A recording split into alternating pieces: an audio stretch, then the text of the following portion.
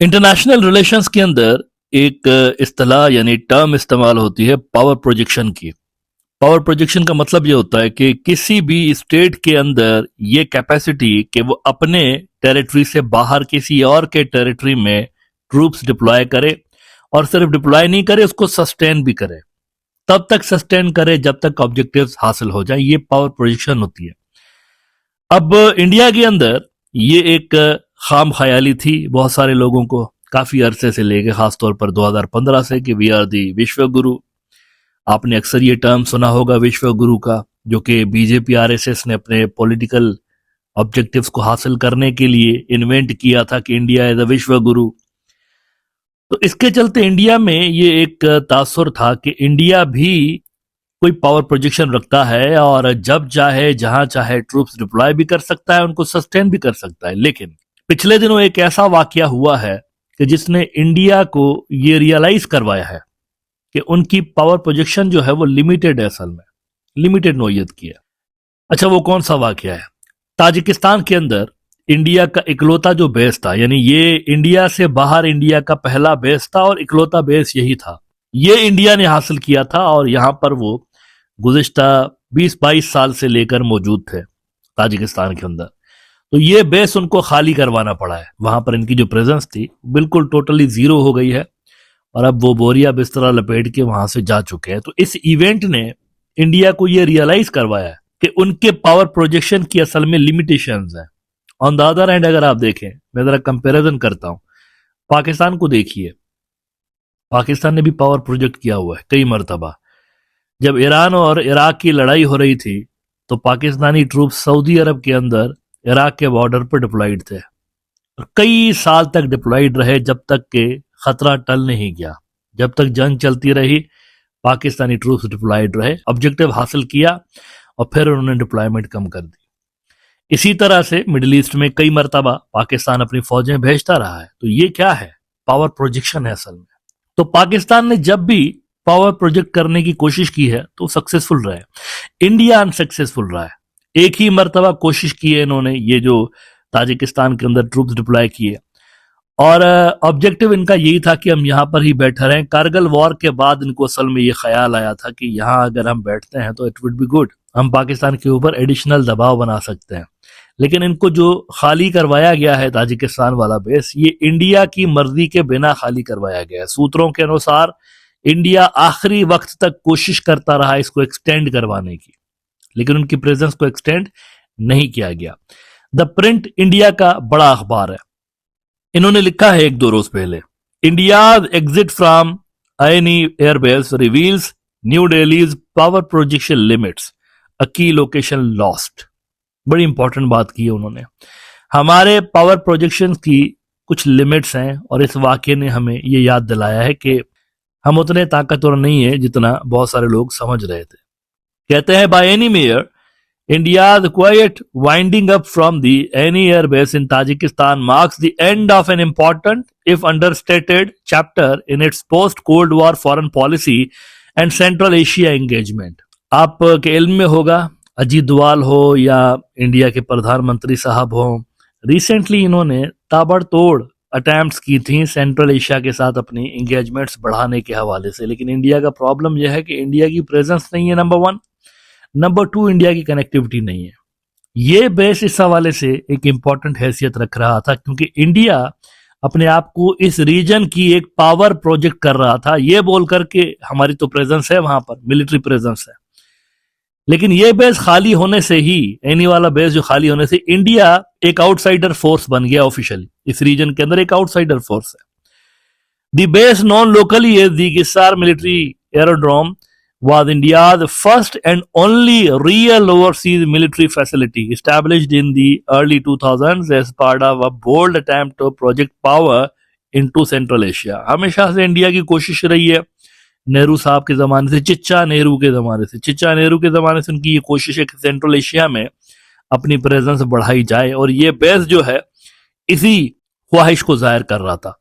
पैसा भी ठीक ठाक इंडिया ने इस बेस पे लगाया हुआ था।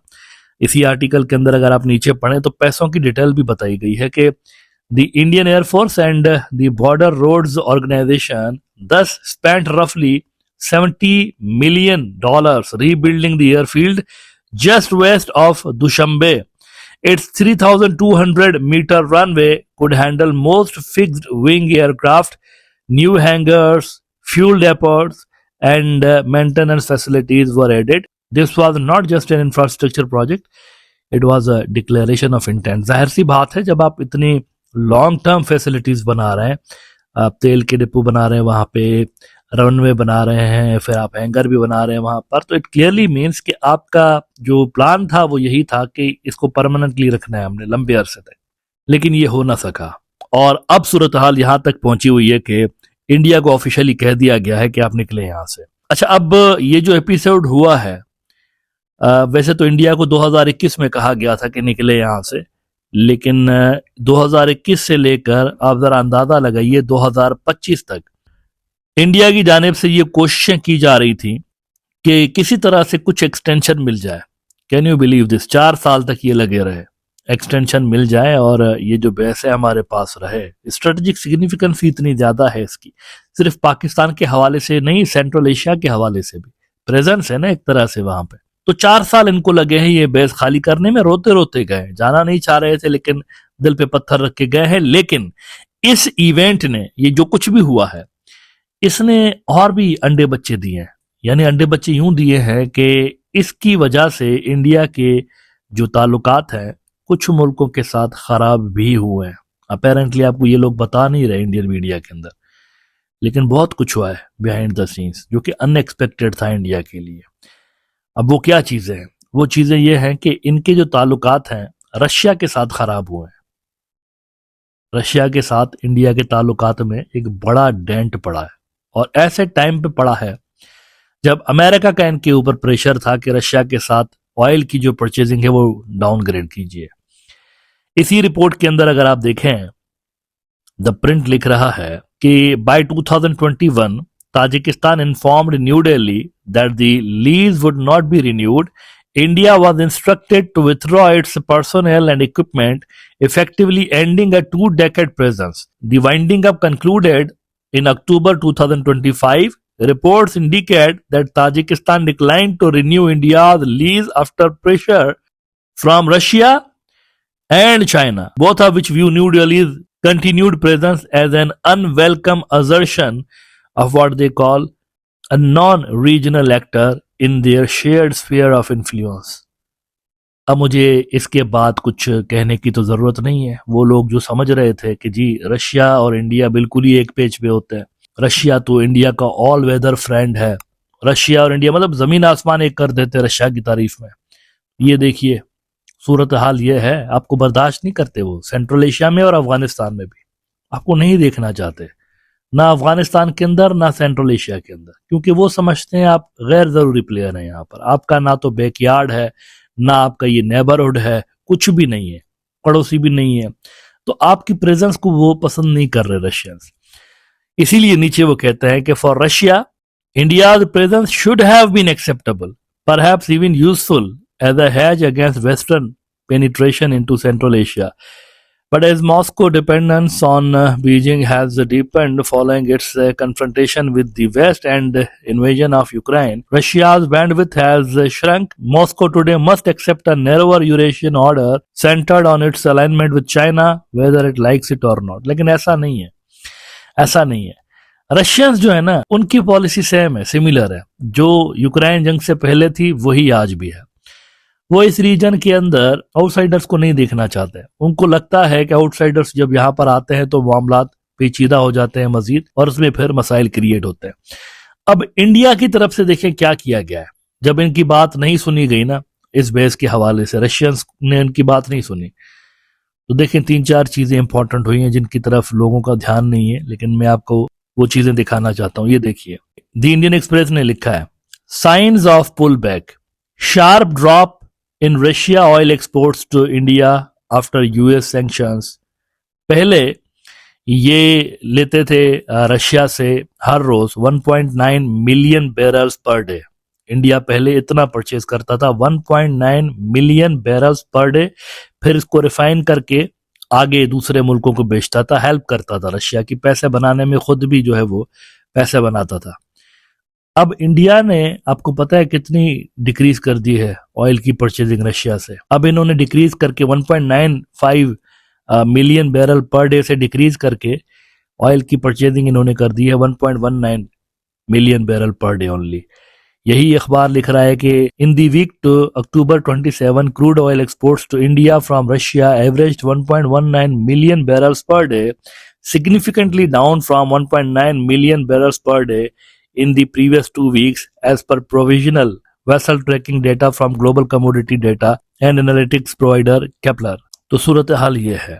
अच्छा, सिर्फ यही नहीं हुआ, मामलात सिर्फ यहां तक होते तो भी चले ठीक था, सिर्फ यही नहीं हुआ, कुछ और भी हुआ है। रशिया को माइनस करके प्लस किसको किया है?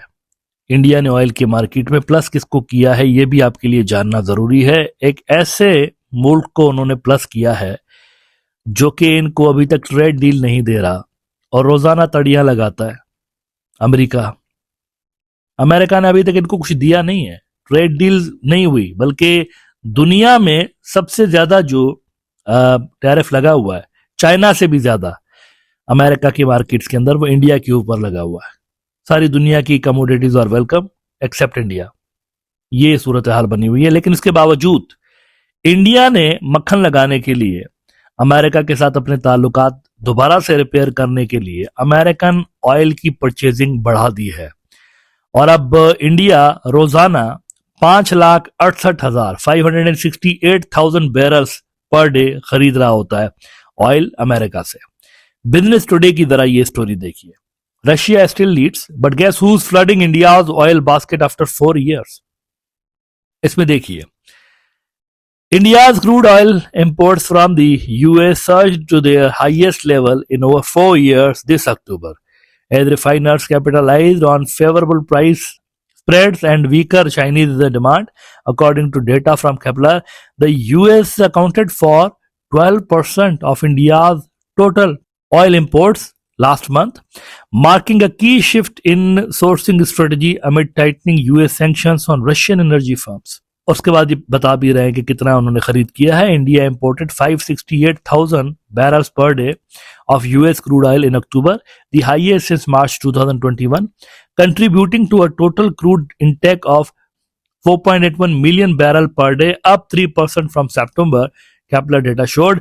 The spike in US imports came even as Russian supplies remained steady, with 1.62 million barrel per day, retaining Russia's position as India's top supplier with a 34% share। तो ये 1.60 वैसे कम होके 1.1 पे आया हुआ है। ये थोड़ी सी 1-2 हफ्ते पुरानी डेटा इन्होंने लगाई हुई है। जो लेटेस्ट डेटा है वो ये है, ये जो इंडियन एक्सप्रेस ने रिपोर्ट किया, ये देखिए, इन दी वीक ऑफ अक्टूबर 27 अक्टूबर तक की ये लेटेस्ट डेटा है। Crude oil export to India from Russia average 1.19 million barrel per day. तो ये सूरत हाल है कि रशिया को उन्होंने माइनस करके और अमेरिका को यहां पर एंट्री दे दी हुई अपनी एनर्जी मार्केट्स के अंदर, अमेरिका से खरीद रहे हैं। प्लान क्या थे? प्लान ये थे, उन्होंने कहा था, अमेरिका को कहा था इंडियंस ने कि वेनेजुएला की मार्केट खोल दीजिए, हमारे लिए ईरान की मार्केट खोल दीजिए, वहां पर भी सैंक्शंस आपने लगा के रखे हुए हैं, दोनों के सैंक्शंस हटा दीजिए ताकि हम डिस्काउंट पे ऑयल खरीद सकें। अमेरिकन ने कहा, काय का डिस्काउंट, हमारे पास भी तेल है, हमसे खरीदिए। तो ये अमेरिका से ऑयल खरीद रहे हैं लेस फेवरेबल टर्म्स के ऊपर, रशिया से माइनस करके वहां से खरीद रहे हैं। तो ये चीजें क्या शो कर रही हैं आपको? इंडिया की रिटालिएशन शो कर रही है।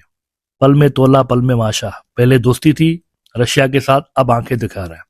अननोटिस जा रही है चीजें, लेकिन हम तो नोट करेंगे ना। इंडियन मीडिया के अंदर फिलहाल आपको एंटी रशिया कुछ ज्यादा कंटेंट नजर नहीं आ रहा, लेकिन आने वाले दिनों में नजर आएगा। जिस तरह से सेंट्रल एशिया में आपने देखा है, सारे सेंट्रल एशिया की स्ट्रेटेजी जबरदस्त कर दी रशियंस ने, इनकी रशियंस ने की है, चाइनीज और पाकिस्तानियों ने भी नहीं, रशियंस ने।